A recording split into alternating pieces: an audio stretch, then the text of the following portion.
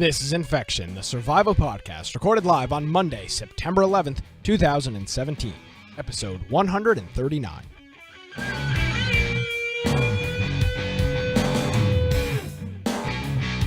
Hello, everybody, and welcome. That is not the effect I meant. Hello, everybody, and welcome to another episode of Infection, the survival podcast. My mouse slipped. It's fine. Infection is your source for the latest information on survival video games. We're bringing you the latest. I see I'm all screwed up now. I can't even do the damn intro. My name is Nick Craig. At Nicholas M. Craig is my Twitter. InfectionPodcast.com is the website. My mouse, my hand slipped on the mouse, Brian. I don't know what you want me to do. I forgive you. It's supposed to be on fade, and it went to fly. And then I look like and you know what? The people that are listening would have had no clue if you just would have gone right. And now as I think about it, that is our audience, is the listening audience. Yeah, I mean, most people have no clue. Brian, how are you? It's all right, though. I'm doing good. So if you want to find us you can get me at Boise Computer on Twitter, or you're more than welcome to check out my website, biteoftech.com. Of course, I would encourage you to really go to our website, infectionpodcast.com, and we have on there our Discord group. We have on there our Steam group link, YouTube video links, all the different podcast forums and places you can listen to us online at.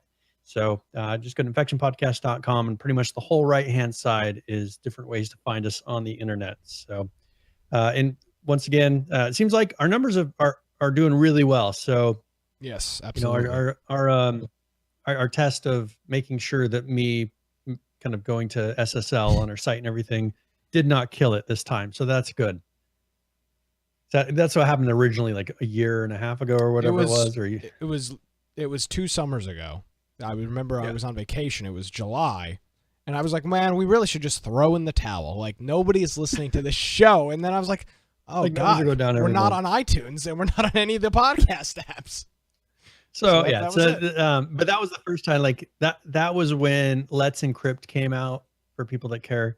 Let's Encrypt came out, and like I don't think the servers at Apple understood, like they weren't compatible yet with the certificate. Now it's so widespread that I think that they have figured everything out, but we were so cutting edge at the time that Apple devices could not talk to us. What do we do here? Cutting edge. Anything Apple could not talk to us. So, and old Android phones even. Speaking of cutting edge, that's pretty much all straightened out. I mean, if you have a really old Android phone or you're running Windows XP, I'm sorry, we can't really help you. No, can't do that either. There are limits. My keyboard, my key bindings are all screwed up here. I don't know what's going on. That's why that's screwed up, I guess. Maybe it didn't move my mouse. Nevertheless, we are here. It's a special Monday edition of Infection. I'm going to be out of town tomorrow, so we are here on a Monday. So I saw some gripes in the Discord about a Monday show. It was either a Monday show or no show. So you take your pick. Yep. You know, that's maybe they'll say no show. I mean, fine. Darn. What am I going to do with this whole 2.5 hours on my Tuesday night? I mean, or my Monday night. It's like, what am I going to do?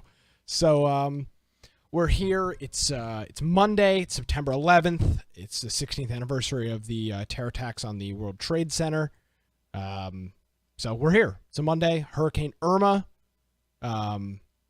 hit parts of So how much Florida. do you think that the hurricane and all this kind of distracted and has taken away from 9/11 this year? Completely. Didn't see anything about it. Usually it's something that's a much bigger deal, but there's just so much going on.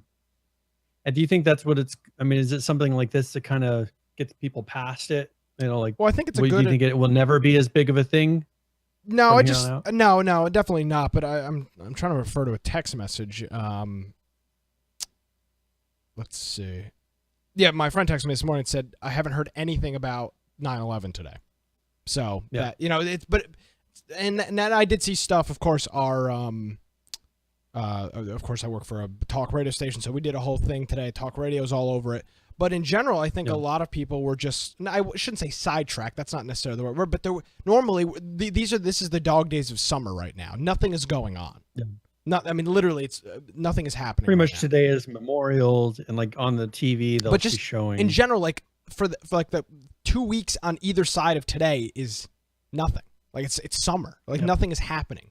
So it's like this big lead up, and you know, maybe it's a good thing that some people were a little bit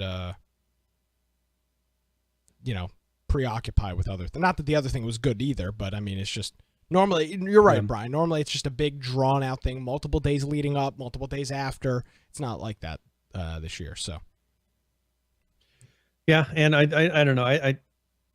It was kind of turned into not that we'll go politics here, but it was kind of turned into a political event for a long time. And so, I think we got a lot of stuff going on, and I think we'll see. I don't know if it'll ever come back as strong. I mean, I think we need to well, in certain learn areas, from it. like for example, Yeah. I listen to a lot of and follow a lot of New York media. So today, it's just what every radio show I listen to out of New York today, 9/11 tributes, Yeah. interviews and stuff like that. Even our morning show host down here is from Jersey, so he of course had it, but it's just different. The effects felt in the tri-state area compared to what the effects were in Here was Idaho. on TV. I mean, Yeah, exactly. People, and very few people directly related to us, that were in the buildings or anything like that. Yeah. Here in Idaho, I mean, that's very, very rare.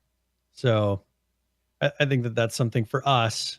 It's something that we It's just are something more, you say and you yeah. It's. recognize. I mean, we're very patriotic here Yeah. in Idaho, like as far as that, and that's mainly what it is. Not so much that it was a personal event for us, but it was something against our country, and that's how we view it here. So, Well, for I example, think for you guys, people from New York will always take it more personal. Oh yeah, than well, I we mean, do. for example, I had one of my not my best friend, one of my friend's dads was supposed to be on one of the flights in the morning, and luckily for him, his meeting got canceled, and he got up off the flight. He was literally on the flight, and he got a Yeah. call over this loudspeaker on the airplane to come take a phone call from the phone on the airplane, and it said, "Hey, the meeting's canceled. Get off the plane," and he got off the plane. And that plane later flew into the building. So there's crazy. a lot more of those direct connections in that area. Yeah. So it's a very but I do know, and I did see, like, even on Facebook this morning, a lot less. And as the day went on, the posts and the memorials and stuff started popping up. But I mean, I was at work at 8:00 this morning on Facebook, and I didn't see a whole lot from it. So Yep. that's Well, and that's the thing is the people the people that are being affected right now, because there's still storms going on. I mean, Lance, for instance, he is without power right now. had him on my radio There's show a lot last of night. people. Yep. Yeah, and so he's been sitting there, and he gives us updates in our Discord of as he runs out of food and drinks. His family hates him. Yeah, I've eaten all the Oreos. Yes, that was his update at about 11:30 last night. Yeah. So our good buddy Lance and Saul, I believe. Saul actually had to be evacuated. So Yes. Lance is still in his home. Saul was evacuated.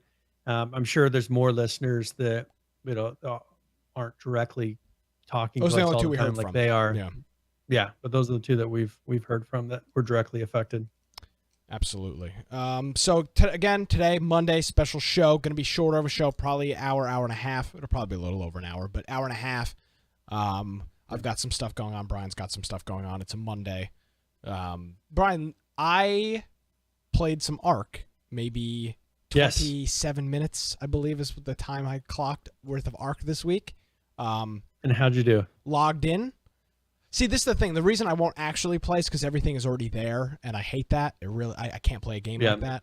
But I logged in, looked at the base. PH did a phenomenal job with the base location. I mean, it's in a great spot. Yeah. It's in a fantastic spot. It's up in a cave. It'd be very difficult for someone to get to us. Exactly. Very, very difficult. So I know a whole bunch of other people worked on it. Falcon, you, of course, Joe, a whole bunch of other people, Green Man. So, props to the guys that worked, so hard to, and may sound stupid, like, oh, it's a video game.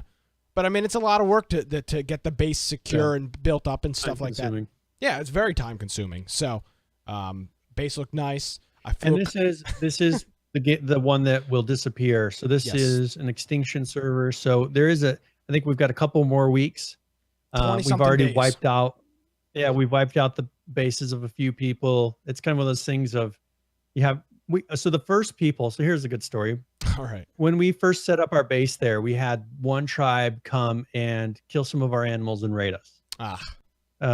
And so we found the base where they were at above us, and we pretty much destroyed their stuff, killed all their animals, destroyed their stuff, locked them in a cage, and As you left do. them there. So I remember yes, that and happening. so they haven't. Yeah, and so they haven't. We haven't heard from them since. So Mission accomplished. maybe they're hiding somewhere else and plotting our demise. But so far, we're good. There you go. I saw an article, not an article, a note in Discord this morning that Falcon used C4 to remove somebody.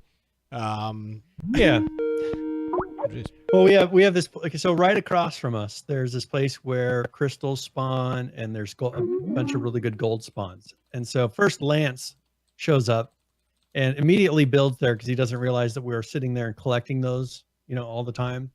And immediately it kills all the spawns in that area. So I'm like, Lance, you got to move your building. Like all our crystals gone. We had to fly far away to do this now, and our gold is gone. So he went and destroyed all his stuff and moved in to the official base. And then somebody else, like some other person, random person, builds there to like last night or something. And so Falcon took some C4 and just blew up everything they had. As you do. Welcome to Ark. Yep. So yeah, first thing I noticed, I don't know if this is a Steam problem or an Ark problem. I think it's a Steam problem. Real pain in the ass to download DLC. Steam is indicating to me that the DLC was installed. I launch the game, I go to launch the map, and it goes, it's not installed. I go back, Steam is still telling me it's installed. I restart Steam, still says it's installed, it won't work. Restart my computer. I don't know what the issue was. No. But I think that's more of a Steam problem. But nevertheless, since we are playing on, what map are we on? Ragnarok. Yes. That was kind of a pain. It's a separate download. Yeah, it's a separate download, which again is fine. I don't care about that. But it's just the process of, it said get DLC, and I'd click it, and it would change color as if I had gotten it, but nothing would happen. Yeah. So that was quite frustrating. Once I got in game again, like I think you noted last week, Brian, not a whole lot's different. The UI I mean, now that you've got to see it, it's like it's so similar. Very lukewarm. Yeah. So, I got in, ran around for a little while, and then I don't plan on going back in. Just because everybody's so advanced, and it's just not. I don't like that stuff. Well, there's only a limited amount of time too. I mean, we're around level 60, whatever, and it's just we're gonna go and see, whatever we can do in the next couple of weeks, and then I think it was about the right amount of time. Yes, absolutely. To kind of get your feet wet, experience the game, but you don't feel tied to it, and we can walk away and play another game and feel like there's not something hanging out there left to take care of. Now, speaking of other games, this week we are going to be playing a game that we have not played in many moons, Brian. Many moons. We are going to be playing Conan Exiles as our infection game of the week. And a lot has changed since we played it last. It's a whole new game. I mean, it's literally an entirely. We played this. This came out before PAX, right? Because we saw them at PAX. This game came out in January, I believe. February. I think it was right about then. Yeah, January, February, because we saw them in March.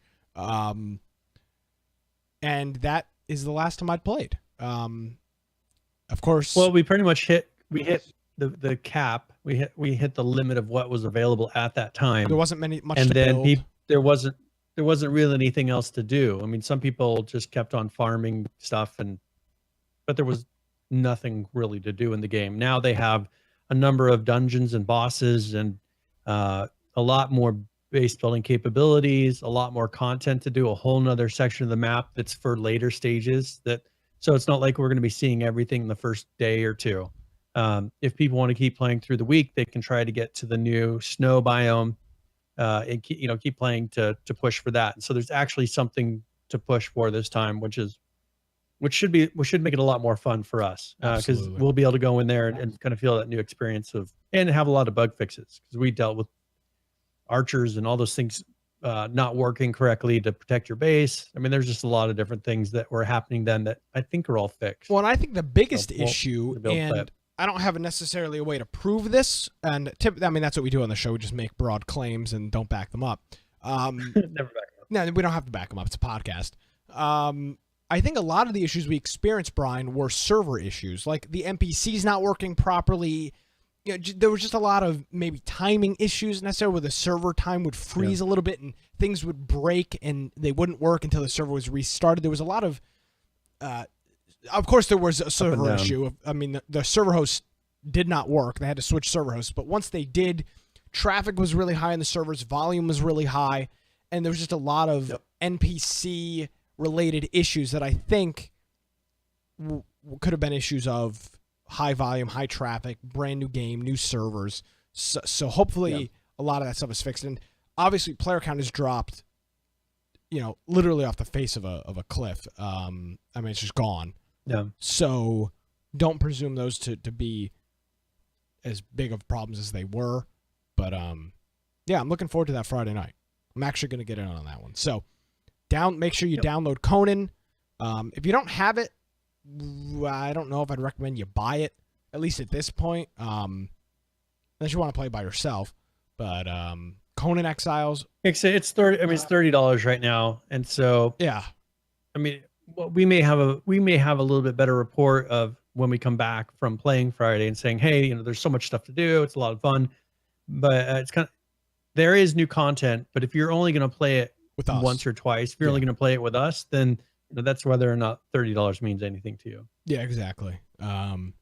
So there you can make that determination, but make sure you're I'm sure most people do not have it downloaded, so make sure you download, get the game installed, run it. This is always important. Run it first so it does all of its direct show updates or whatever, gets all that stuff up, and then we will what we'll do is we'll decide on a server, and inside of our Discord server there's a pound server channel, and inside of that channel we will be posting what server we're playing on. So look forward to that. Maybe Thursday night, Thursday afternoon, we'll get in there, we'll find a server, and then Friday night people will hop on. So Conan Exiles, Friday night, 9 p.m. in our Discord. Links, all that stuff, infectionpodcast.com. Yes. Now, all right. And so what do we want to jump in first? Do you have I don't know. I mean, everything's kind of just a little bit here and there. So probably PUBG will be one of our bigger ones, or we could let's go into ARC first, since we've been talking about it a little bit already. Okay. All right. So they did one update this week, and it was 268.22. This fixed crashes with optimized scroll box code. So with the structure plus mod, and it improved performance on UI text rendering. So that was pretty much the fix. So that was the only thing they've done since last week. And there was a tweet that they sent out earlier saying that, hey, we have and this was earlier today is what I'm talking about, saying we put up new servers, and here's what they are. And if you look, they have 3 North America servers that they put up for PC. And so, and all 3 of those were Ragnarok servers. So they added a number of EU servers that were kind of a mix of all the different ones, but they did add, of the ones they added for the servers today, 3 Ragnarok ones for the US, and then a bunch of PS4, and then 3 Xbox servers. So they are adding new servers. So if you didn't get to get in on launch and you're wanting to get into a fresh server, if you're looking at North America, it will have to be a Ragnarok. So, but they may add more. I don't know if this is the end. They added a thing to their forum last week saying, hey, who still needs servers? Send messages here of places that are still short, which I don't know how they don't know that. Yeah, I think they're just looking to see how many people are putting in there saying, hey, yeah, because I mean, how do they know who doesn't have a server? Because people just aren't creating characters because they're just not playing. They look at the list and everything's full. Yeah. So we'll see how many more they add. I know that they're trying to be careful not to add too many, and that seems to be what they're doing. Now I did see. But that's pretty much all the ARC news I saw this week. There's that, and then this just broke half an hour ago, and this is something. We've kind of been poking ARC the past couple of weeks, and again, I don't have any problem calling anybody out on their nonsense. I mean, they totally fumbled the server situation on this launch. It's not a surprise to me. It's not a surprise to Brian. It's not a surprise to anybody. It's just a fact. Actually, no, I'm sorry. It is a surprise, but we have no problem calling it out the way it is, which was just a total disaster. But what they are doing, and I've got to give them credit because they do cool stuff like this. See, this is how you take the public's outrage at something, do something cool, and then, you do enough of those cool things and you earn yourself some sympathy with the community. And this is one of them. So when they did this re-server launch, the official launch of the game, they kept some of the legacy servers up. And those are going to be up for a limited time for people to play. And once those servers' populations die off, they will be repurposing those servers as new ARC servers that will be going online fresh, wiped, no character data, no map data. They'll just be completely clean. But when they did this, some of the legacy servers that were already kind of dead, they just took right offline. And they just ended those servers, didn't put them back online, and then just put new servers online in their place. So those deprecated servers are now available to download, Brian, if you played on those servers, which is really, really cool. So if you were on, there's a whole list of these servers, and the website's on, it's survivethearc.com /deprecated official PC server backups. There'll be a link in the show notes. Infectionpodcast.com. I see official server 73 on here, Brian. Our old that would be kind of fun to, because imagine, but it's all the last version. But imagine all the builds and things that people have on there. Yeah, like exactly. It'd be fun because you could copy it to your local game and just kind of see what other people have done. Go check out all their stuff. Yeah. So there's the link, and it'll be in the show notes, and it's just. It says these files were taken off the official ARC servers on the 24th of August when it was announced that some inactive legacy servers would be repurposed for the official server launch. Over time, it ended up repurposing yada yada. You can find your official PC server on this list. So this is really cool. If you had a big group that was just playing on a server exclusively, you can download this save file, put it up on your own dedicated server or VPS or whatever, and play. And again, this is how you earn sympathy with the community. Because something like, who else does this, Brian? Who else is doing stuff like this? They are hosting and storing. I mean, they could give all of these people the finger and say, to hell with you, play on our new servers. And instead, they are literally giving people the official server files and letting them, they're essentially promoting people to go and self-host their own servers. Telling people, take our server game files and take them somewhere else and do it yourself, which is really, really cool. Well, and see, that's one really cool thing about these extinction servers as well. So once the extinction happens on those servers, they actually put the server up to where you can download it if you want to continue it. That's awesome. On your own server. So one thing that you could use extinction for is trying to build a community. So let's say you have 30 days to maybe make some connections on the server, meet other people. And then if you decide, you could say, hey, we're going to take this and host it. And it brings over an active community and say, you'll be able to continue where you left off. That's very cool. If it over on our server, and you could advertise that. And, if you're someone who's looking to build a community and get dedicated players, the people that are still playing 30 days later, after that extinction event, people that are playing at that point and have something that's actually advanced, that they're going to be dedicated players. So I think that would be a really cool way for people looking to get ARC communities together on a private server. Yeah. Because it's hard to bring people in and get people to come and show up to a private server. But if you say, hey, we're willing to host this and you'll have all your old stuff, would you like to join us? I think that, not that I'm looking to do it this time, but that would be a really cool way to do it if we were looking to get a permanent ARC server or something. Yeah, I just think it's really classy of them to offer these files. They're hosting these files, which cost money, cost bandwidth, allowing people to download them and telling and promoting the community to go and do their own thing on their own private server. That's really, really cool, and they earn some props for that. And of course, as I'm the ARC fanboy, according to some jackass on Twitter. But I mean, this is just, you don't see people doing this. Why? It's so simple. Yeah. Everybody could do this. H1Z1 could do this. Any game that hosts these servers that allow self-hosting. Well, H1Z1 doesn't want to let you do anything by yourself. They want to hold on to that server with a death grip for the next 20 anybody years. could. Anybody that offers a self-hosted server can do what ARC did. Ladies and gentlemen, game developers across the lands, take a note out of ARC's playbook. Do this. do this, because even if it just makes 5 communities of people happy, mission accomplished. Mission accomplished. And it's not really costing them. It's not costing them anything. They're actually saving money because it doesn't cost them anything to have somebody host their own server. Yeah. So they're taking away from that. They're kind of taking away from that repetitive cost that they incur when they get people on these official servers. I think that's why they're so hesitant to really roll out a ton of official servers to hold everybody, because then people will expect them to be up for the next 2 years, exactly. 3 years. Yeah.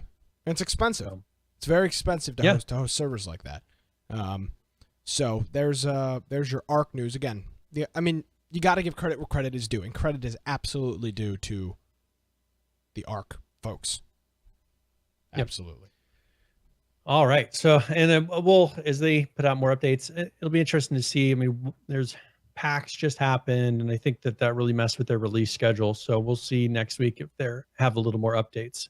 As far as Battlegrounds this week, they had one official update, and this was their first-person only duo and oceanic servers. So they put officially online some of the first-person servers you can go play. So they have first-person only duo servers.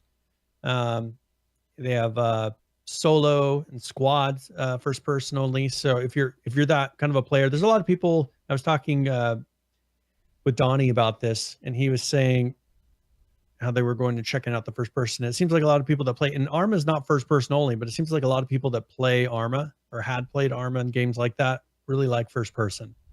Oh yeah, absolutely. And I'm not sure why, but I think it's just kind of that mindset of, if I can't see them, then they can't see me. It's a hard play style. I mean, it's a much harder game. It's a little more hardcore. Yeah, it's very hardcore. I mean, it's not. While I enjoy casual, it's not casual. It is extremely hard to play in first person, in my opinion. Again, if you're used to it, comfortable, whatever. But I mean, there's benefits to it. Yeah. Oh yeah, absolutely. It's something where people can't third person you constantly. Like, they have to poke their head up to see you, which is great, because there's a lot of people that will. I mean, I do it. I'll lay down in the grass and I'll just watch for people. Now, in a first person server, you can't just lay down in the grass, because you won't be able to see. You can't shoot from third person in the grass, and try to hit somebody. It requires a little bit different play. And I think for those people that are a little more serious, it provides a little extra challenge, but also doesn't let people get lazy and try to kind of use the third person against you. Absolutely. So, but definitely check those out. They should be available for you if you go into the launcher. In the upper left, you hit the drop down, and then you can choose this server type. Now, here's another one that I wasn't expecting, but it's a benefit of having Microsoft do the console launch for them. Okay. So this was out on, was it WCCFtech.com? I don't know who they are, but they said that great website for all your WCCF Tech queries. Microsoft is going to share the water technology from Sea of Thieves in Battlegrounds. So they're going to make it, and this should make it a lot more realistic. They were probably looking at it and just saying, hey, we don't like how you did your water, but they're going to be adding that in here, which should create a pretty nice experience. And this is going to be, I mean, so far 10 million copies sold. It's going to go to console. So Microsoft seems to really want this to be successful. I think they see this as a big moneymaker for them to be able to help launch this. So, and on a side note, this Sea of Thieves game, when I saw this at E3, this game looks freaking sick. It looks super cool. The concept of it, not that it's irrelevant, but you literally, it's a multiplayer game. So you have a ship captain and a couple of people on your ship, and you dive to get loot and stuff out of sunken ships, but there's combat and you're battling other ships. There's sharks and other things in the sea that try to attack you, and you've got to carry this treasure chest. We can see that guy getting chased by a shark, and he dropped his treasure chest. So it's just a really cool game. And this, obviously, the game requires good water technology, as the large portion of the game is played underwater. I mean, if you look, it actually has much nicer waves, and it has just a lot better. And that's the thing, is maybe the way the water looks coming from Unreal going to a console doesn't look as good. And so they may have looked at that and said, we don't want it to step down. We want it to be a step up when we're going to console and not look like, oh, look at that console version. People laugh at it.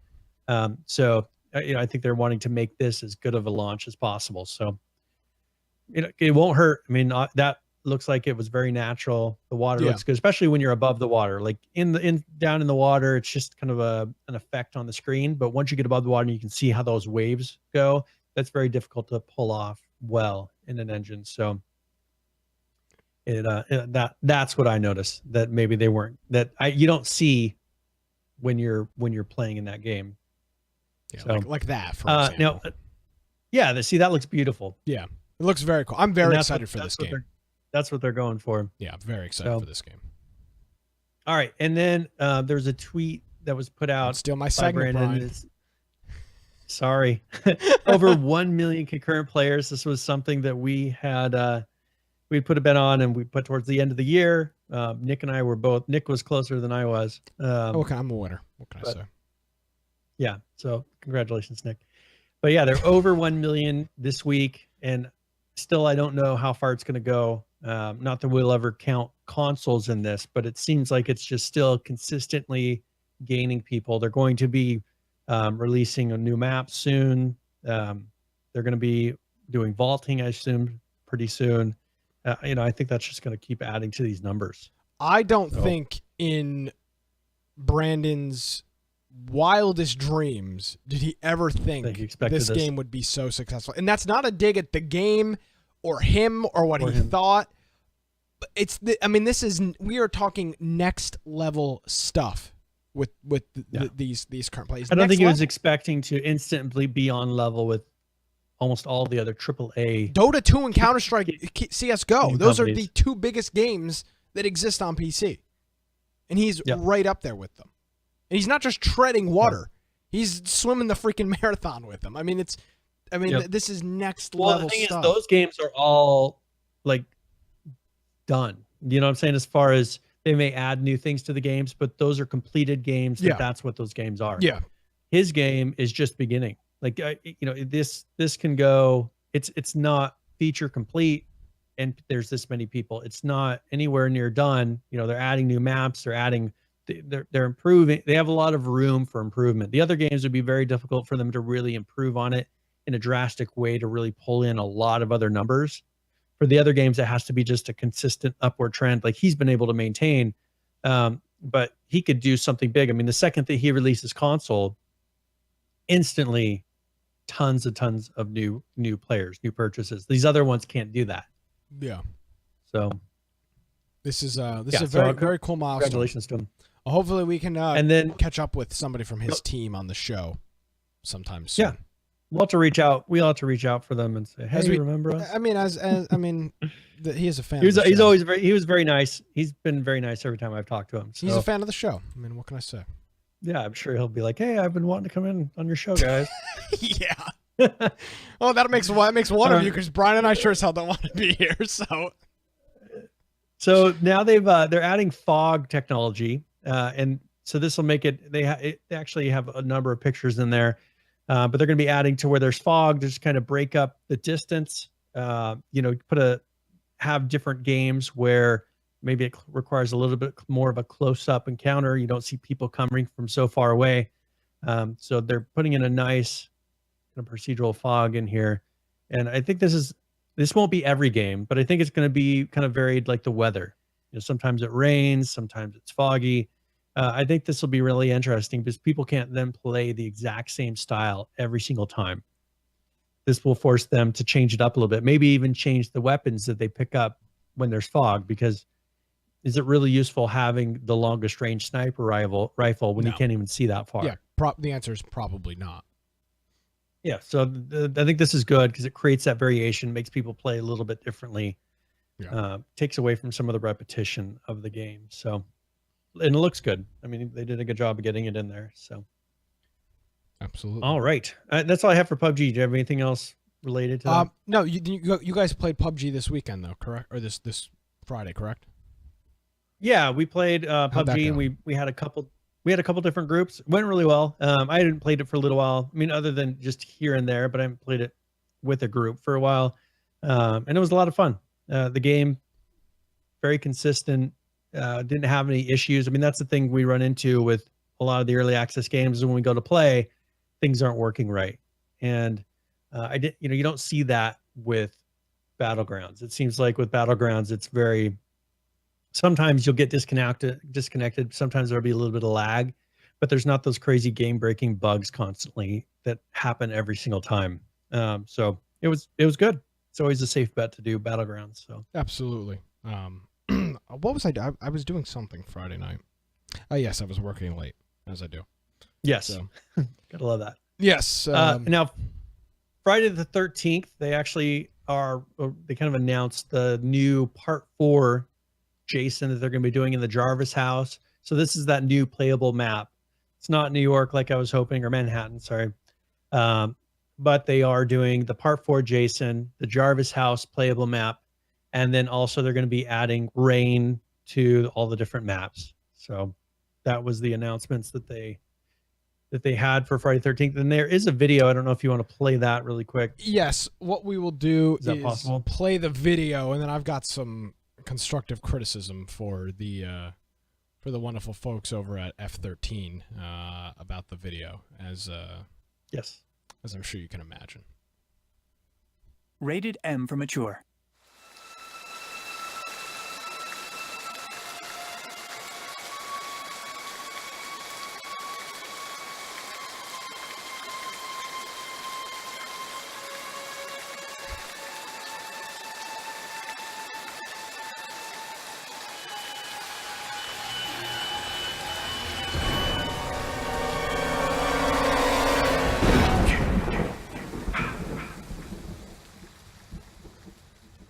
All right, so 33 seconds is the reveal, and I'm just going to play it again while we talk over it, Brian. This looks like every other map. I mean, what they use to show the map is trees and a building. I mean, it literally, it looks like and every the other building map. looks very similar to, like, if you look, that looks like the cabin. Yeah. Right there. And then they show off a new Jason, but you don't see him. You see a lightning bolt on his face, and somehow I'm supposed to know that in that 0.3 of a second clip, that's the new Jason. Yeah. It's just not a good reveal. Well, so the Jason 4, this one, like you can see it in his eyes, like, just, I don't know. He looks a little bit different than he does in some of the other ones, but I get that. Most people are not even going to notice that. Like, it's not enough of a change to say, hey, this is something drastically different for me. Exactly. And that's what's so frustrating, is if you're going to make a video where you're like, hey, like, here's our new teaser, who knows? That's the thing, is that house, it is a cabin. You know what I'm saying? Yes. So, but this is almost like the easiest and laziest way to possibly do it, because that cabin looks identical to the ones in all the other. I mean, you figured they would have taken something from one of them that looks visually different. This is like the easiest one, and I understand why you want to do the easiest one. But the thing is this one looks identical to the other one, so people want a visual difference. And but there will be a few people that say, "Oh, I love that I'm in the part 4 scenery." Yeah. But most people that are playing this game will not care. Well, Jax Teller makes a good point, and he says this one's literally for the diehards. Casuals don't care. I think when I say we, I mean Brian and myself underestimated what this game was going to be. This is a game, and I've said this a couple times now. Overestimated? Yeah, excuse me, overestimated what this game was going to be. This is a game meant for Friday the 13th fans, and in my opinion, Friday the 13th fans only. Because for everybody else, it doesn't mean diddly squat. I mean, it is just all of the references way over my head, because I'm just not into the franchise, don't follow the franchise. It just doesn't make any sense. Which, again, is fine. But I think, Brian, I think you and I kind of did a disservice to ourselves and probably to the people listening, because we were under the impression that this was just gonna kind of be like a horror game, when it turns out it's essentially like it's like a fan. It's a Friday the 13th simulator. Yeah, well, it's like a fan mod, essentially. So it's not. But I think that's what they advertised it on Kickstarter to be. I mean, we just assumed that it was going to be like a normal game. And it's not. So. Yeah. So again, it's part of the thing where we look at blame. We were talking about this last week with Ark. Who's to blame? Half of it is the community. Half of it is the company. I think it's exactly the same thing with Friday the 13th. Half of it is, people like Brian and myself who thought this was going to be some crazy cool horror game or with all these cool finishing moves and all that stuff. And then the other half, maybe it was a little too loose on the interpretation on Kickstarter when it literally should have said, this is for Friday the 13th fans. This is for hardcore Friday the 13th horror fans. Just say we're recreating some of the scenes so you can play through them. This could have been a first-person game. I mean, they could have just allowed you to play scenes through as different characters. I mean, I think the hardcore fans that aren't really into video games that are just playing this because they like Friday the 13th would have gotten just as much out of having pretty much a recreation of the films that you can play through and maybe try to, if they were really creative, have different endings that you could do to kind of maybe change up the story a little bit and play through. Like, could have been a single player game. That would have been more creative and I think would have had more longevity. But I think they got away with selling it to a lot of people that thought it was going to be something else. Yeah, absolutely. So I don't want to sit here and again blame anybody. But it's just clearly not, and we'll still cover it because it's a survival game. It fits our genre, and we've got a couple people in our group that really, really like it. But it's clearly, as more and more of these updates come out, it is appearing more and more evident that it is not for all, which again is fine. Yeah. Is fine. That's not a criticism. I'm just reflecting on what I previously thought. It's not for everybody. Yeah. Now, one thing that they are doing is they're adding some new weapons to this. I think they're adding a butcher knife. Okay, that's cool.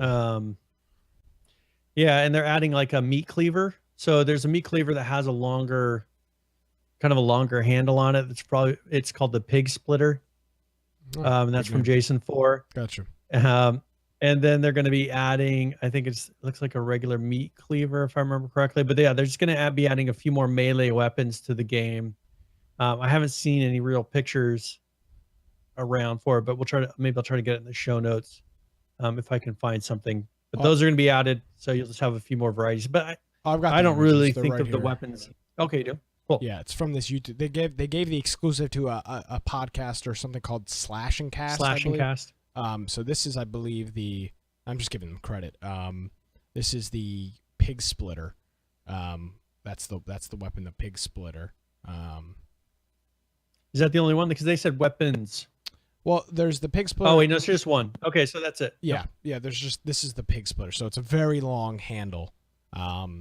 On this. So yeah, I mean it's cool looking. It's a nice. And this is for Jason to carry, or this is for this is a Jason weapon, and I believe Jason weapon. Right. That probably comes with that Jason character, right?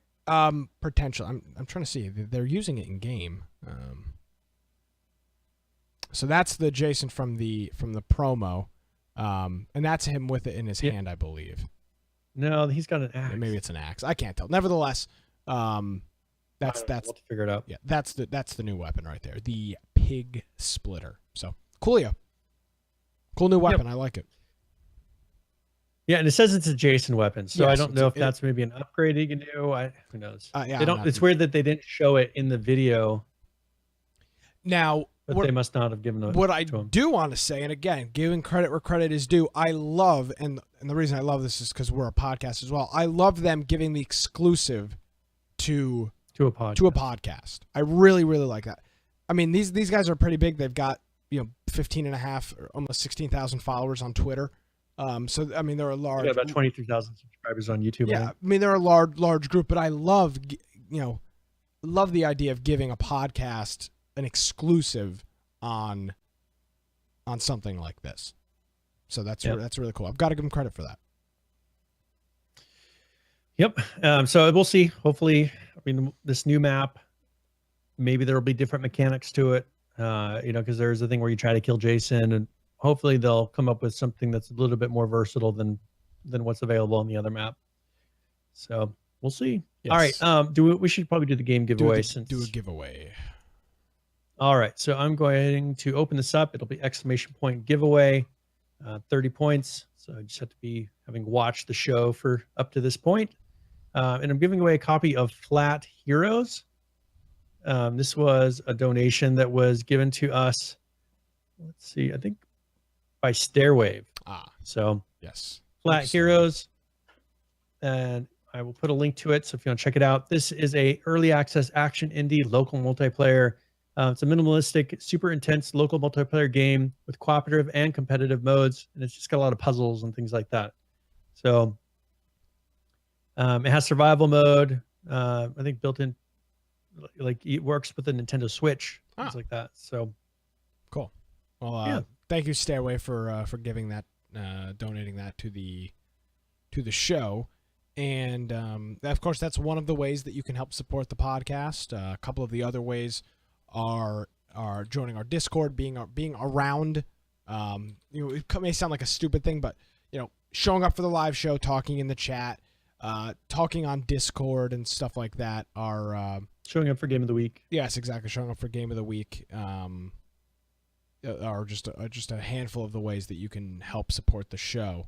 So you can do all that stuff over at infectionpodcast.com, and of course we appreciate that. So got the game giveaway, and we will move on to some H1Z1 news, which we have not. Yeah, Just Survive. Some Just Survive news, which we haven't seen in a while, but we do have a new object. Yes, and this is a pretty much a package of dynamite. Yeah, it's dynamite.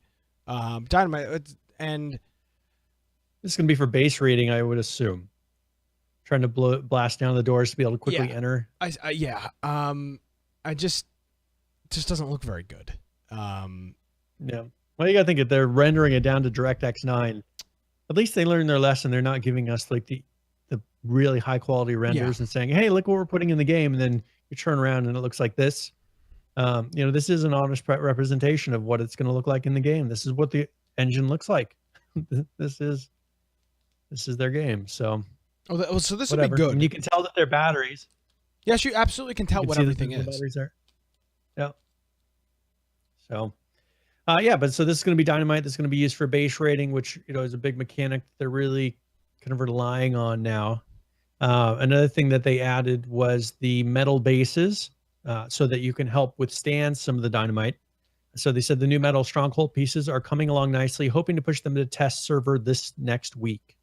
So next week they should have the metal stronghold, which is mainly, you got to think it's mainly just visual stuff, because for them, they can just adjust the numbers of how strong it is. There's a few mechanics that they change when you're building it, but mainly they need the visual of this looks like metal and have the variation in the different pieces. So that is an example of what it looks like. I wonder if they touch that up like with art at all. That looks pretty good for their night lighting, but I don't remember the game looking like that. They know they work a lot on the lighting in this game. Yeah, well, lighting's important. We've talked about that before. Lighting is just very important. Yeah. Yep. And so this captures that very well. But it'll be interesting to see how hard these bases are to build. They need a little bit of that push to make it difficult to get here. Now, what I do want to say, I thought it was wood, stone, metal for the 3 tiers. Am I wrong? No, there was a third one. I don't think it's. Well, I don't remember it being any. Metal was the top tier. Wood was the bottom tier. I'm almost certain. If somebody in chat remembers, there was 3 tiers, and I thought metal was the highest, wood was lowest. I thought stone was the middle. So that seems odd. Yeah, I just don't know how they're going to represent that. Well, I don't care how they represent it, but it just seems odd if they're. I remember there being 3. Wood, stone, metal. I'm almost certain that's what it was. So, weird that they're jumping directly to metal. Yes, that's what. Yeah, exactly. I could very well be wrong. Oh, it was wood, metal, and then reinforced concrete. It's wood, metal, stone. Okay, so it's going to be more of a concrete. Okay, I guess that makes sense. There we go. Um, Okay, that's what I was saying. I don't remember it being like, I didn't remember brick and stuff like that. So it's going to be to where you have actual concrete bases. okay, yes. With rebar. And thank you, Zactoman and Green Man, for those.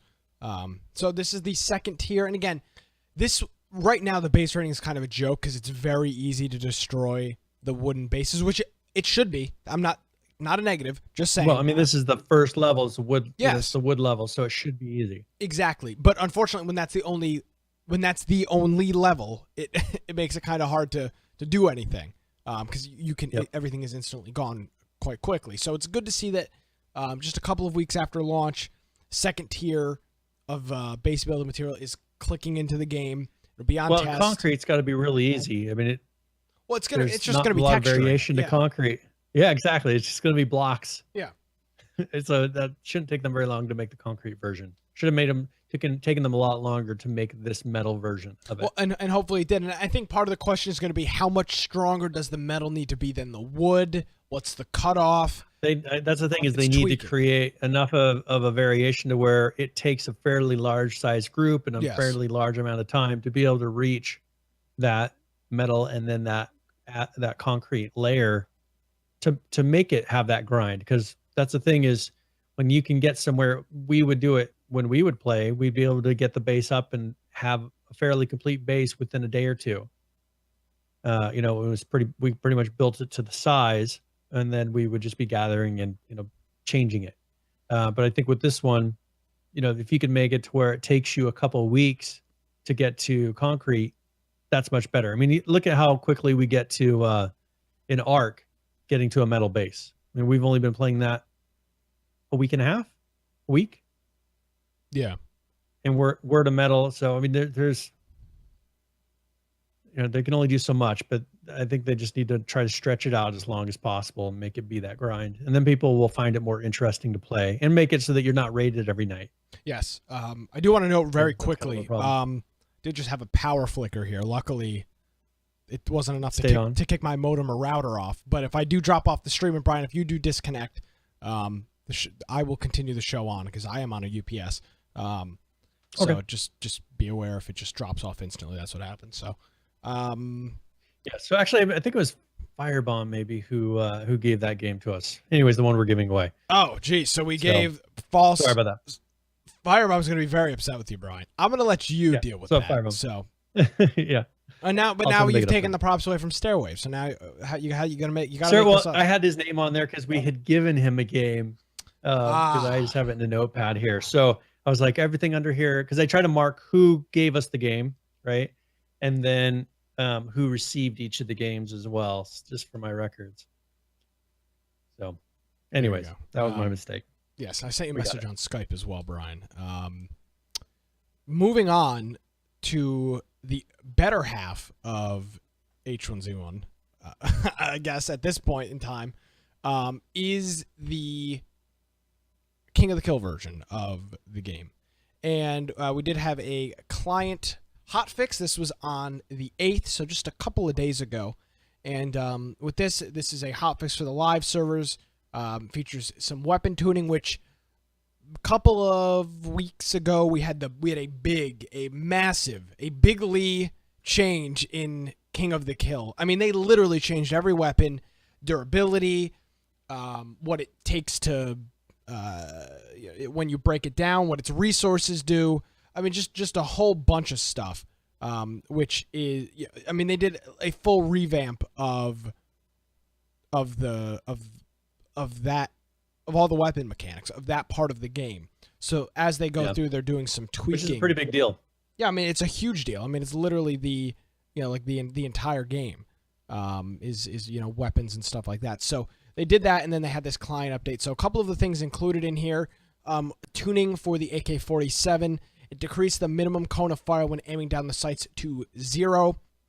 It slightly increased the cone of fire bloom per shot, which has been a big, the bloom has been kind of a big back and forth between people in the community and stuff. The developers note, it says the first shot is now always accurate when standing. And this was always an issue where the first shot wouldn't always be accurate, so you wouldn't know where to go afterwards. So now they're saying if you're standing still, not jumping, not hopping, not crouching, not prone, if you're standing still, looking straight, your first shot will always be accurate. It will not have any of that, play, no wiggle room in that. The first shot will always be dead on, and then the other shots will have that variation. And they say to balance that out, holding down the trigger will result in slightly less accurate bullet splay. Short consecutive bursts are highly recommended. So the goal with this is, 3 or 4 shots would be accurate. 3 or 4 shots, accurate, and it, should work. They also did some changes to the M9, the 1911, and the Magnum, and this was their client hotfix up on the 8th. Now they have a new skirmish mode as well, which I think we talked about before, but that's actually available now to test, and this is the weapon roulette mode, where essentially it's just going to pick a rule set, spawn up the server, and that's the game mode that everybody's going to play. So that's quite cool, and I really liked the skirmish, which was shotgun snipers. I really liked that game mode, because I sucked with the sniper, but all the close range battle was super close range. You weren't getting mowed down by AKs and ARs. So I really like the skirmish mode. That seemed to work well. I mean, well, I think that's what how else can they do? Kind of keep. Yeah, I mean that's how they can keep a little bit of change in this, because there's not a lot else that they can do.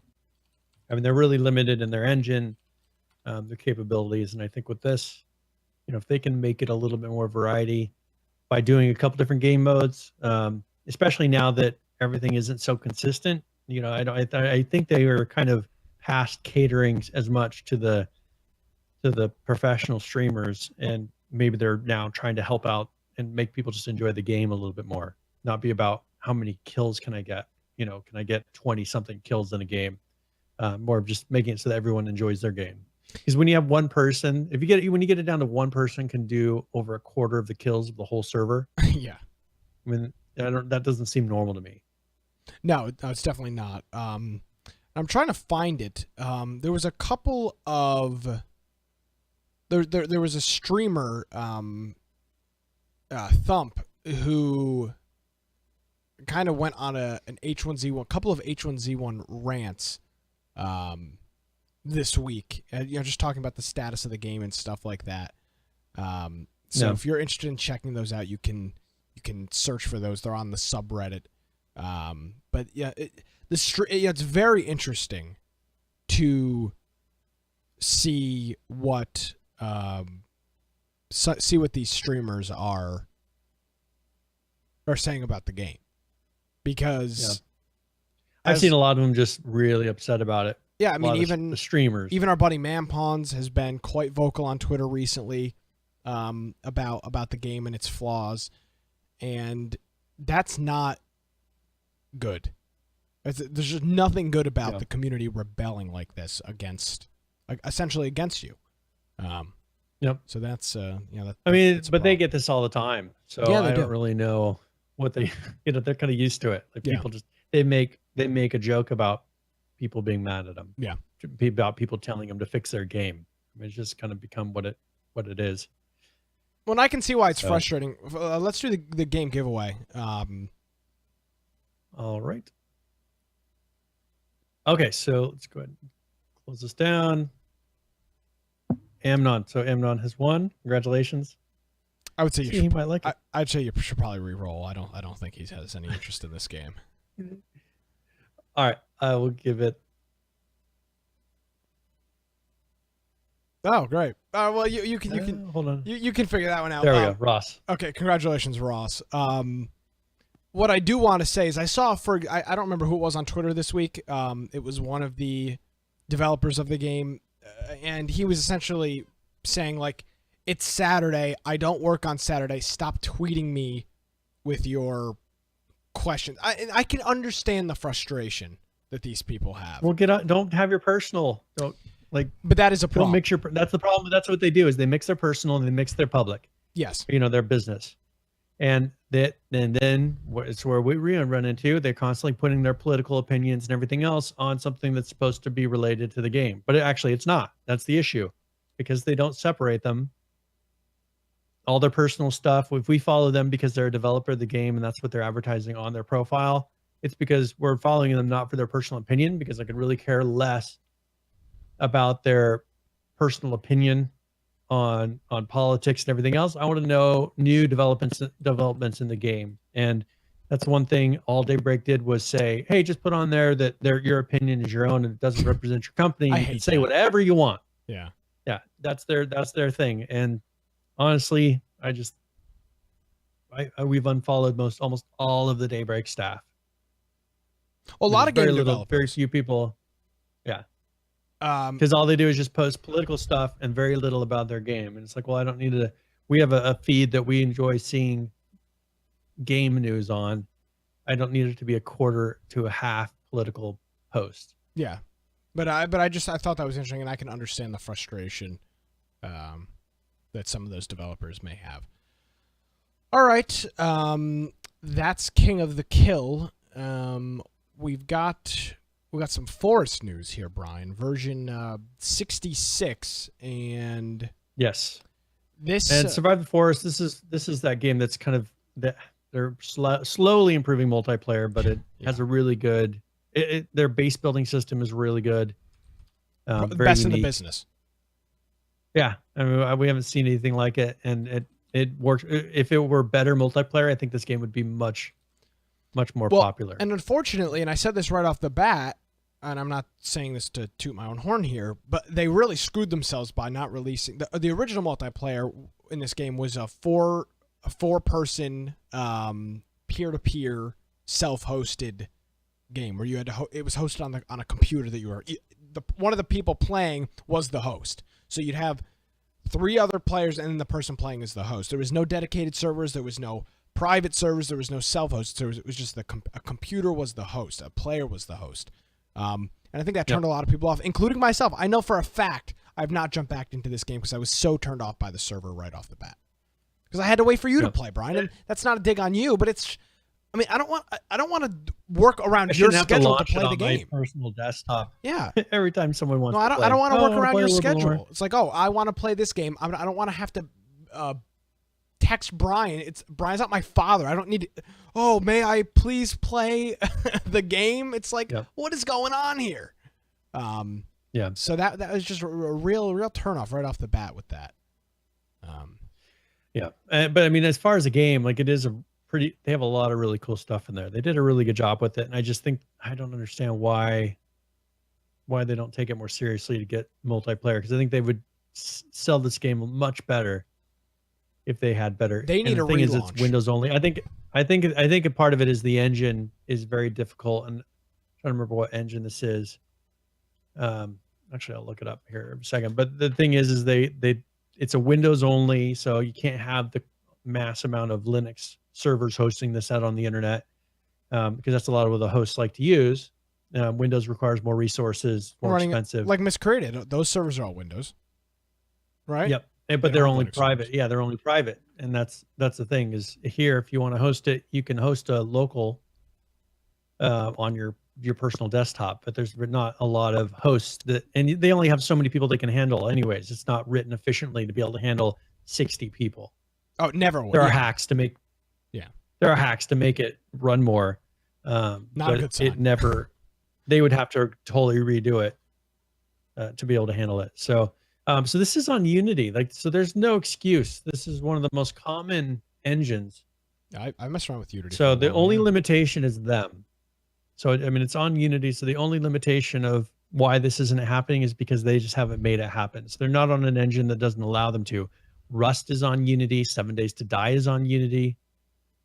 I mean, it just doesn't make any sense why they're doing that. So hopefully they'll change that. So on this, they added they had a number of fixes. They're pushing towards launch on this because there's a lot of quests. There's a lot of quest line and things that you could do single player if you'd like to find the story in this.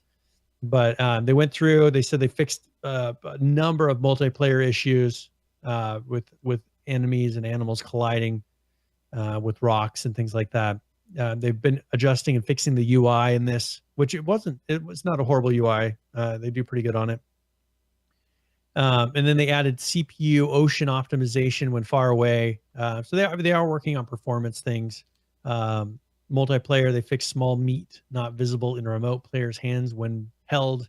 So they're down to that level of bugs as far as fixing. So nothing game changing in this, but mostly just a lot of fixes, optimizations, fixing things with the enemy AI, things like that. So yeah, so hopefully, I don't know. This game, I'd love to play it again, but it's just such a pain to host that we'd have to figure out how we do that. Oh, yeah. Because you can only have, I think, 8 people. 8 people max. Yeah, I think you can have a max of 8 people, and it was crashing like crazy when we had those 8 people. Oh, I can only imagine. I mean, even when you and I just played, it was it was not the greatest. Not the greatest experience. It was a mess. Yeah. Yeah. So we'll see. Hopefully some of their fixes. Maybe once they get closer to final release, we can try another game night and see if it's stable. But because it was a fun game, I just felt like we didn't get far enough because we're dealing with crashes all night on it. Yeah. So another one that is Hurt World. That's one that we haven't played in a while, but they did 4.5.0. And one thing that they've been really working on is they've added some new creatures to this. So there's one that's like a kind of a bug. And I think it's 2 bugs. One's like a flying one, and one's like an ant. And then they did a number of fixes. One's called the dart bugs and the ant whores. And I assume the ant whores are ants. They upgraded the easy anti-cheat in this. Maybe. I mean, they don't really say. In this game, they've actually been changing quite a bit because what they started with was so plain. I think they just put it out too early. And so they've been adding a lot of detail and adding a lot of more variation rather than just being a big open desert like it was. So that's Hurt World 4.5.0. Check it out if you're into Hurt World. And then there's Rust. So I think we're good on time. Yeah. If we just do this and then we can roll into the rest. So 1 game giveaway this week. Are we fine with that? Or do you want to do another one? No, we'll just do 1. That's fine. Okay. We'll do a short show, 1 game giveaway. And there's actually a video for this. This is as the fans for roar 176. Yeah. Yes. Only 1 game. Yeah. Only 1 game this week. A little bit of a shorter show.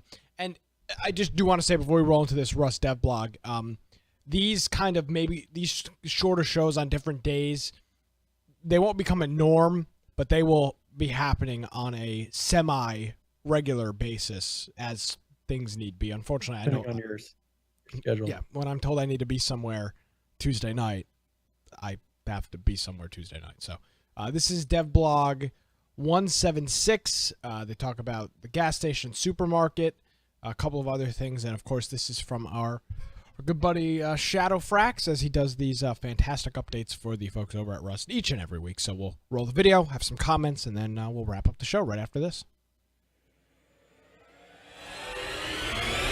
Greetings, survivors and friends. Dr. Shadow Frax here once again with your weekly injection of Rust news, and this week's update, being the first Thursday of the month as it is, means a forced wipe for one and all. Forced wipe is of course best wipe, and this one comes with the addition of 2 new small monuments, or smoluments, which you should know quite a bit about already if you've been watching my channel. The first of these is the Sperm Kit, or supermarket for those of you familiar with Wheel of Fortune, and inside the main part of the shop you'll find shelves, magazine stands, a counter, and food supplies in amongst what remains of the stock. Just don't pay too much attention to the best before dates.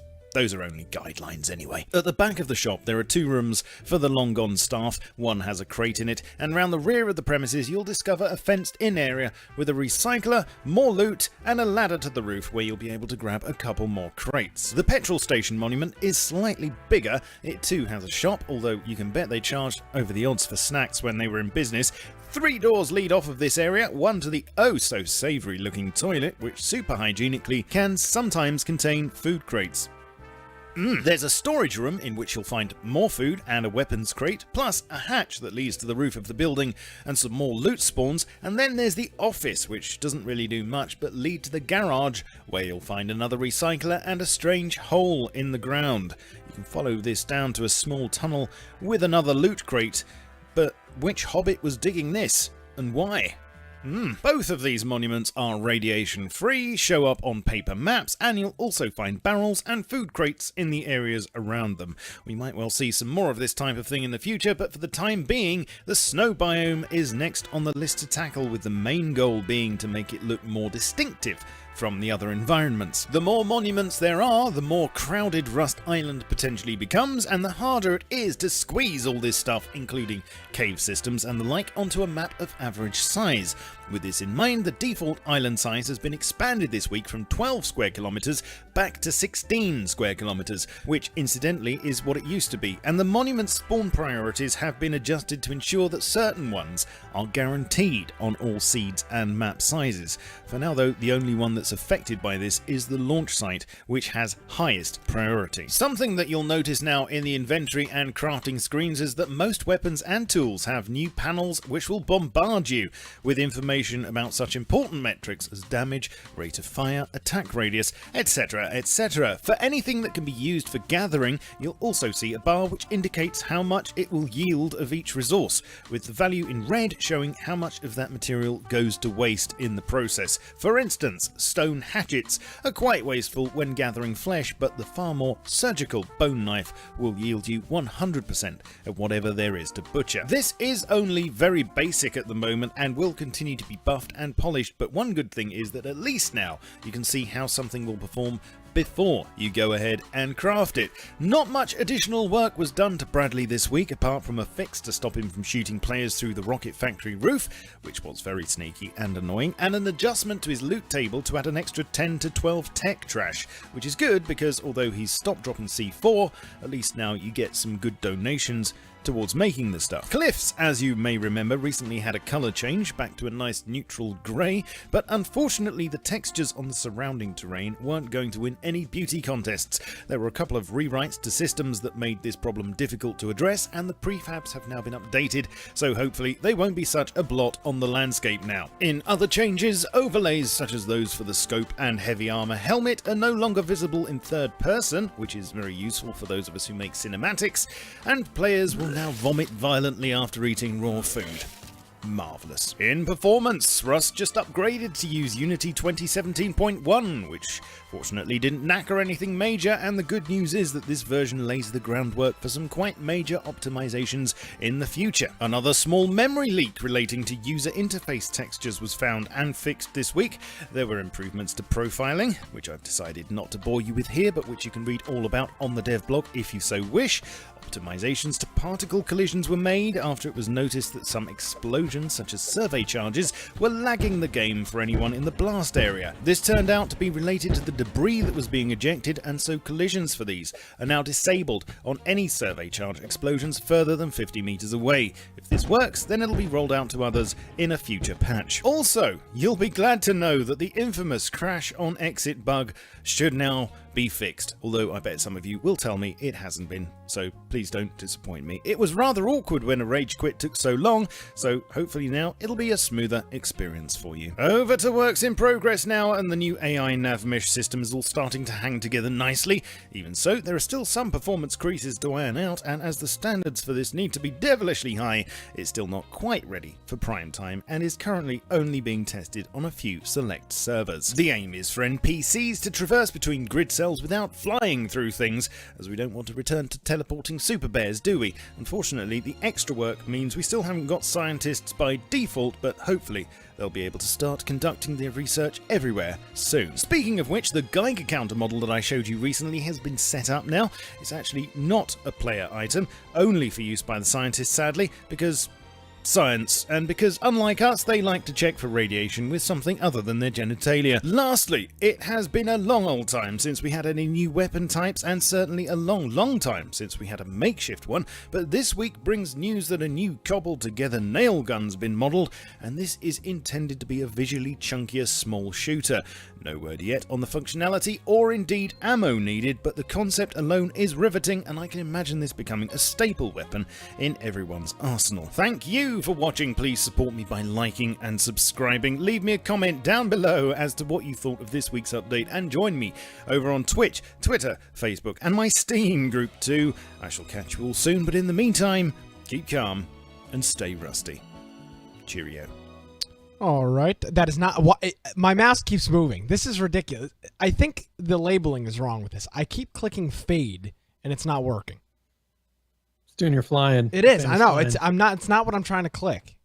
This is quite frustrating. Well, you may just have to relabel them.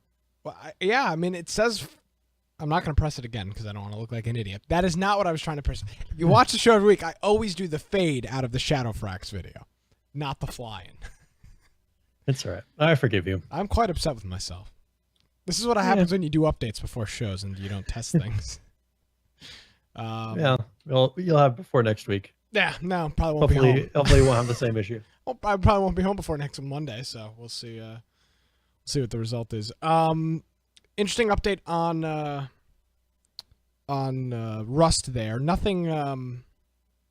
So one nothing thing, crazy. like they keep adding, like they add that was that a diner or gas station, and Yes. like it just doesn't fit what I think of when I think of Rust. No, like it I've doesn't. never gone to a building and felt like I was going through something that used to be inhabited in Rust. I just run around and there's naked people that are trying to kill me constantly. Yeah, well, So, I mean that's kind of just kind of Rust. Kind of an interesting side. It'll be interesting to see where they go with it, because Yes. it seems like the game could be so much more. Like they can have that trolley side and they could have a normal side, and I just wonder how they could reach that.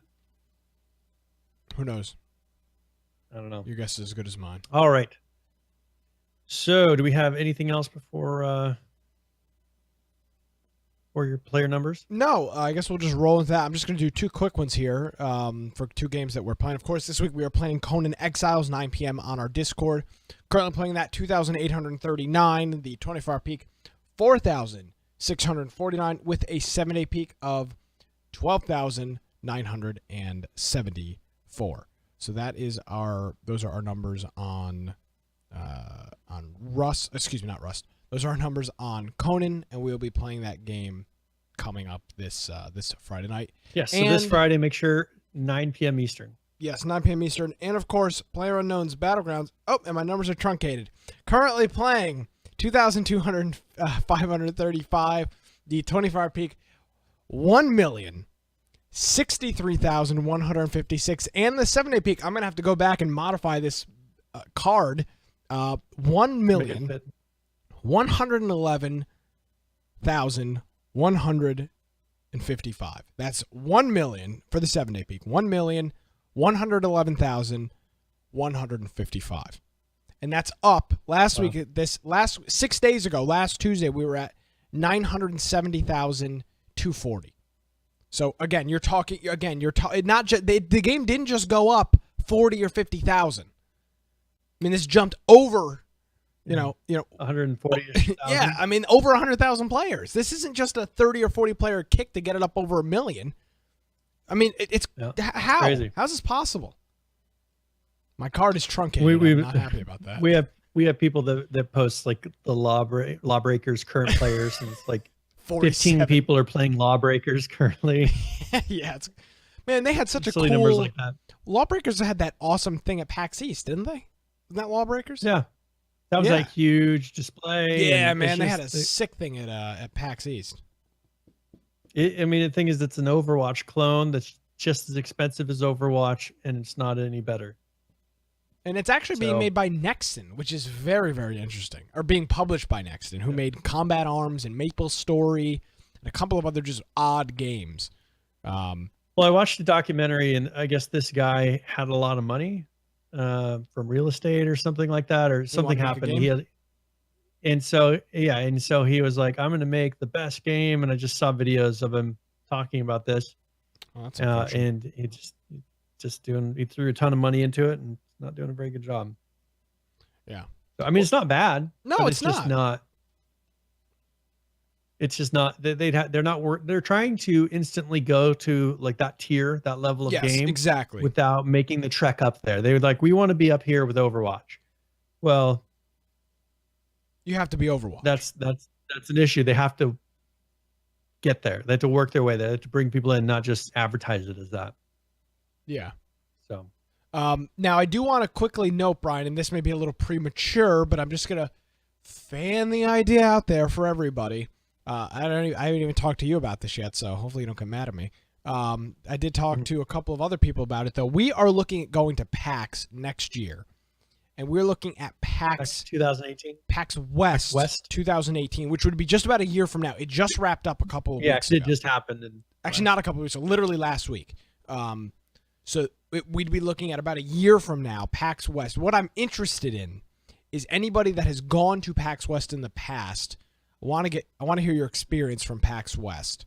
So if you've been to PAX West in the past, reach out to me and let me know what your experience was. The thing is a lot of the video game developers are West Coast. They're, in the Bay Area, things like that, and so you probably get a lot more show up of some of the different developers to PAX West, because for them it's not as big of a trip. Yeah, well, but on the other side of the coin now, PAX East this year is going to be the first 4-day PAX that has ever occurred. Friday, Saturday, Sunday, Monday. But we already did PAX East, and we've already been to Boston.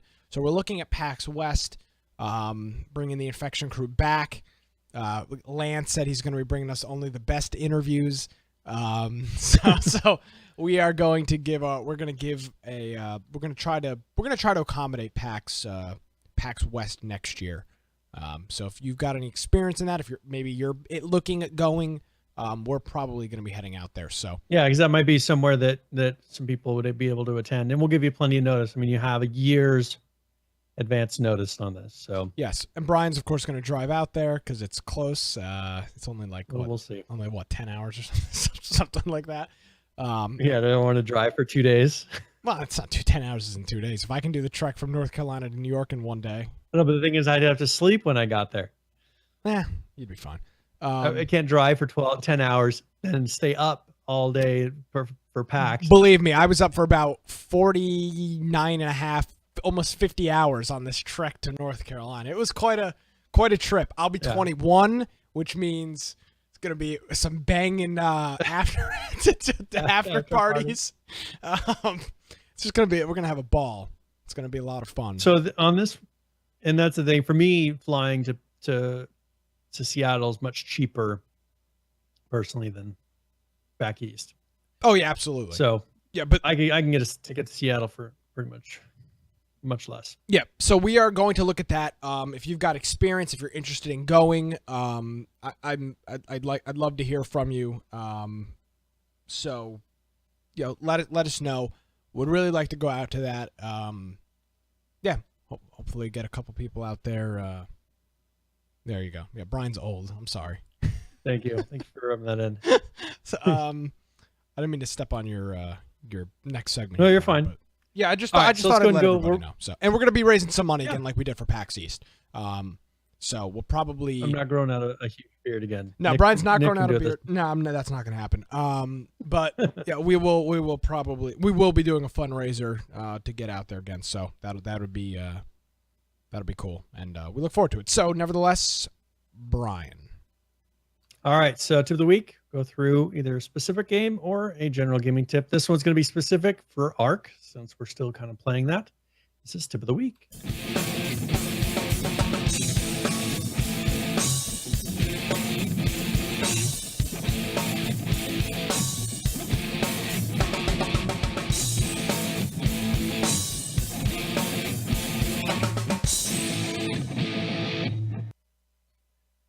All right, so in Ark recently, they've created an alternate way that works out really well for getting what's like a prime meat. So the raw prime meat is something that you could use to tame carnivores in the game very quickly. It's not as efficient as the kibble that's specifically designed for that dinosaur or that animal. But if you have a carnivore, this is actually more efficient than the raw primes. So if you're able to find, there's a creature called the ovis, and if you kill this creature and harvest the meat from it, it gives you raw mutton. The ovis, it looks like a sheep or a ram, and you can find them depending on the map you are. Let's say if you're playing on Ragnarok, it is on the upper right side of the map, and you'd have to look on the island. You can look it up and see where you can find these, but you actually get a very large number of raw mutton from these. And it has a longer spawn or spoil timer than the raw prime meats do. So If you're able to get a bunch of these, it's easier. You'll get a bunch at one time. You can get them down to a tame. That maybe one trick that you can do is to starve your animal out that you're trying to tame. So just keep it knocked out. Figure out how long it would take to do the tame. Keep it hungry for that long amount of time. Go kill one of the ovis, harvest the meat, put them all in at once on that animal, and it should just do an instant tame if you have enough to cover it. But these are, as I said, they look like rams, like sheep. Then around the map, they give, we had one where Falcon went out. He got some of this. We cooked up all the meat, and he got 100 and something raw mutton. Of course, this was a 2x weekend, so that was double the amount, but we could have at least gotten, 70 to 80 raw mutton off of a couple sheep. And so if you're looking for a way to do some quick kill, because it can be difficult to go and get raw prime meats when you haven't got that initial meat eater yet. Once you get Carno or a Rex, it's easy to go out and get primes. But this allows you to just go, if you can find one of these, gather it quickly, maybe fly it back or move it back on the fastest animal you have, or cook it there if you need to. And just remember, keep these in the animal until you get there. If you're carrying them on your person, it has a faster spoil time.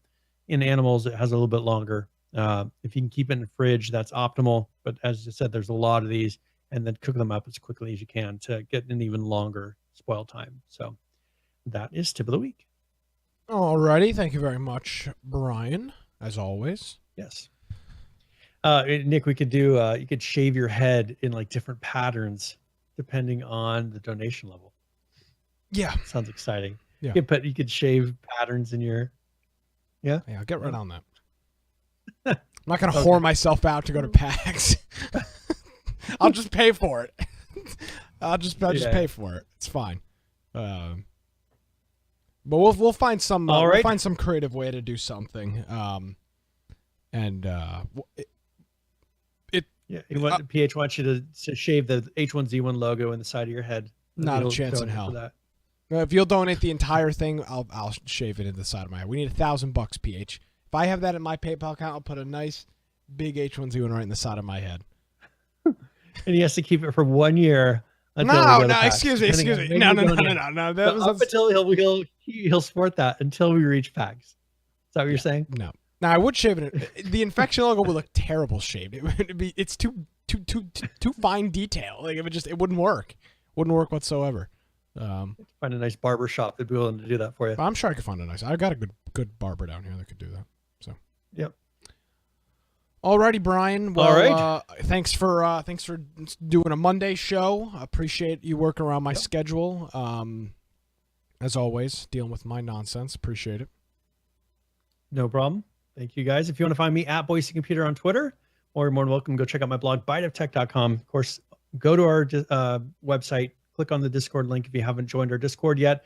It's infectionpodcast.com. On the right-hand side, a nice green button that says Join Discord or Join Server. Below that, we have our YouTube link. Make sure you follow us on there. We have all the links to our different podcast forums, so I encourage you to go and check those out. So see you guys next week. Yes, and of course, as always, there's a couple of ways that you can help support the program here. We've got our Amazon affiliate link. What you do, you bookmark one of these links, click on these links, buy stuff on Amazon. It helps us out. PayPal, you can give us a direct contribution through PayPal or through Humble Bundle. And we've got a couple of Humble Bundles going on right now.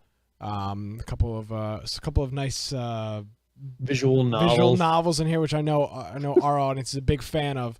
So you can get a whole bunch of great visual novels. The highest one being $10, and you get all these great visual novels. Secure a dungeon, I can only imagine. Yeah. Every day we stray further from God's light.